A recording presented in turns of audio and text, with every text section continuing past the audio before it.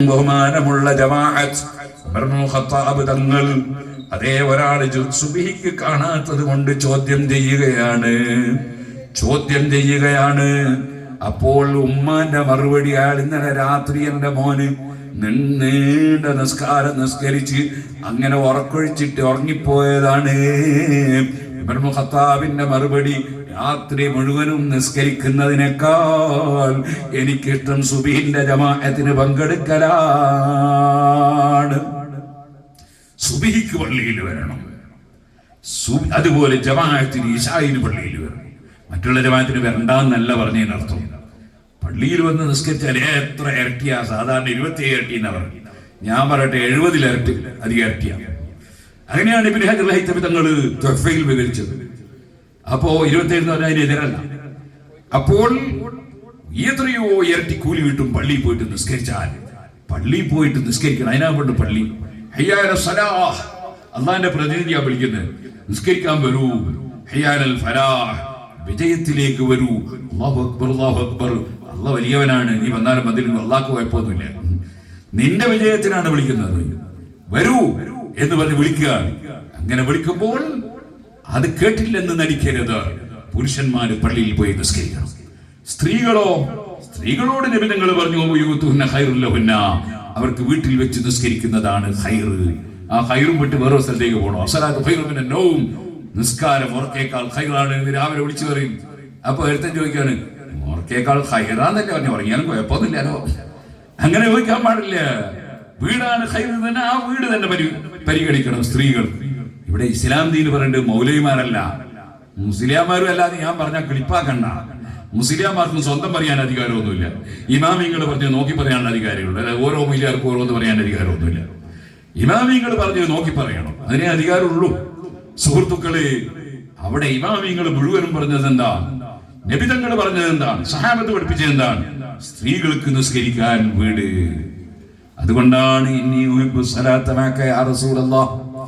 മദീനത്തെ പള്ളി ഒന്നിന് 1,00,000 ഇരട്ടി കൂലി കിട്ടുന്ന പള്ളിയാണ്. ആ പള്ളിയിലെ ഇമാമ് അല്ലാഹുവിന്റെ റസൂൽ സല്ലല്ലാഹു അലൈഹി വസല്ലം തങ്ങളാണ്. മൗമൂമികൾ സിദ്ദീഖുൽ അക്ബർ പോലത്തെ മഹാന്മാരാണ്. ആ പള്ളിയിൽ ജമാഅത്തിന് വരാൻ വല്ലാത്ത താല്പര്യം ഒരു സഹാബിയത്തായ വനിത ഉമ്മു ഹുമൈദിൻ സഈദ് റളിയല്ലാഹു അൻഹാ നബി തങ്ങളെ വന്നിട്ട് അടുക്കൽ വന്ന് ചോദിക്കുകയാണ്, എനിക്ക് തങ്ങളെ കൂടെ നിസ്കരിക്കാൻ വല്ലാത്ത താല്പര്യം നബിയേ. അള്ളാന്റെ റസൂൽ സമ്മതം കൊടുത്തില്ല.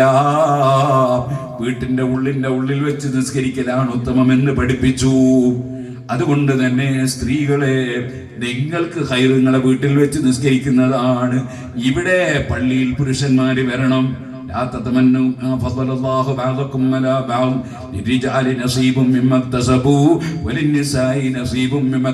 ഖുർആനാണ്.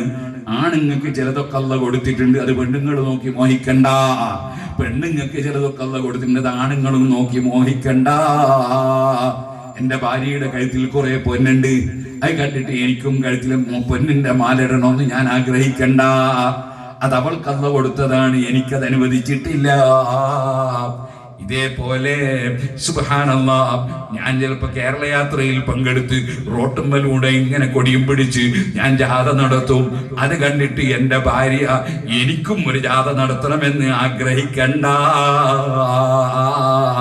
ഇസ്ലാം അനുസരിച്ച് ജീവിക്കണം മുസ്ലിം സഹോദരിമാർ. മറ്റുള്ള മതക്കാരെ കുറിച്ചല്ല ഞാൻ പറയുന്നത്. അവർ ഇസ്ലാമിൽ വിശ്വസിക്കാത്തവരോട് ഇസ്ലാമിന്റെ നിയമം പറയുന്നതിന് അർത്ഥമില്ലല്ലോ. നമ്മളൊരിക്കലും കൃഷ്ണനോട് നിസ്കരിക്കണമെന്ന് അത് പറയാറില്ലല്ലോ. അതേപോലെ തന്നെ രാമനോട് നിങ്ങൾ നോമ്പെടുക്കണമെന്ന് പറയാറില്ലല്ലോ. അതേപോലുള്ള കാര്യം പറയാറില്ലല്ലോ. അതേസമയം മുസ്ലിമീങ്ങളാണോ അവരോട് പറയാനുണ്ട്, നിങ്ങളുടെ ഭാര്യമാരെ റോട്ടിലിറക്കി നിങ്ങൾ മുദ്രാവാക്യം വിളിപ്പിക്കരുത്. ആണുങ്ങളെ കൂടെ തൊട്ടുരുമിയിട്ടുള്ള വിജയാഹ്ലാദങ്ങൾ ഉണ്ടല്ലോ, അതുപോലെ തന്നെയുള്ള രാഷ്ട്രീയ പ്രവർത്തനങ്ങൾ ഉണ്ടല്ലോ, അതിനുവേണ്ടി അതാ പെണ്ണുങ്ങൾ രംഗത്തിറങ്ങിയുള്ള പരിപാടി ഉണ്ടല്ലോ. പച്ച ഹറാമാണേ. സ്ത്രീകൾ ആവശ്യമില്ലാതെ വീട്ടിൽ നിന്നിറങ്ങുന്നതിനാലുള്ള നാശം അത് വളരെ ഉറപ്പാണെന്ന് പറഞ്ഞുകൊണ്ട് തഖിയുദ്ദീൻ ഹുസ്നി റളിയല്ലാഹു അൻഹു കിഫായത്തുൽ അഖ്യാർ എന്ന കിതാബിൽ പറയാണ്, അതിനാൽ അദാ അൽ ജസ്മു ബിത്തഹ്രീം, ഇന്നത്തെ കാലത്ത്